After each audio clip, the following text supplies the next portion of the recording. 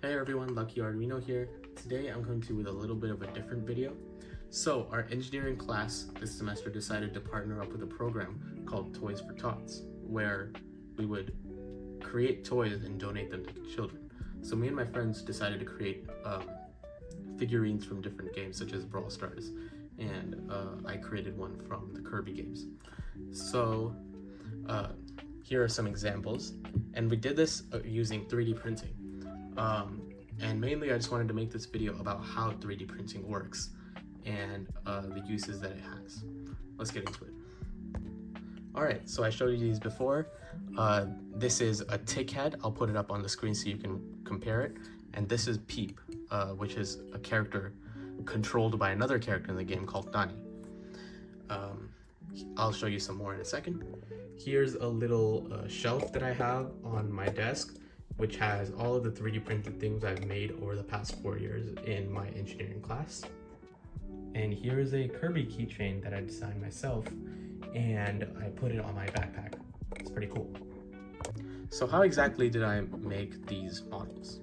Well, as I mentioned before, I 3D printed them, and the first step in that process is a method to get the model. There's two ways to do that.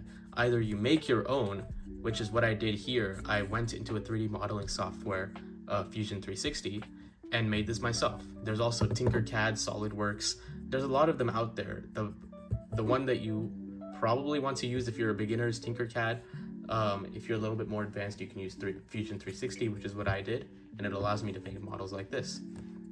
The other option is to use websites that already have models made for you. For example, this one I didn't make myself, but I found it on the website Thingiverse, which has models already made for you, and you can just borrow them from that site and put them into a slicer.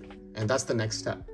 A slicer is software used to turn your 3D model into G-code, which is the main code read by the 3D printer that you're using to actually make your model. And what a slicer does is it splits your model up into thousands of tiny layers, like you can see here, and the printer is able to read that code and use it to generate your model layer by layer all the way up until it reaches the top of it. And basically that's what happens.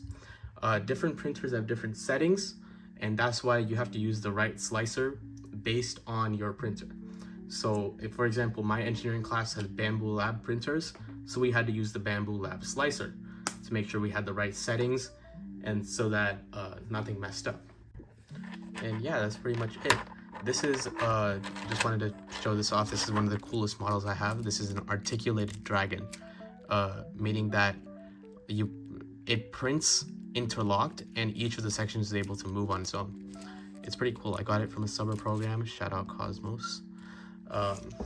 Yeah, that's pretty much the video, guys. I hope you enjoyed learning about 3D printing. I know it's a little bit different than what my channel has done in previous times, but I thought it was really interesting, and I just wanted to share it with you guys. So thank you for watching, and I'll see you in the next one.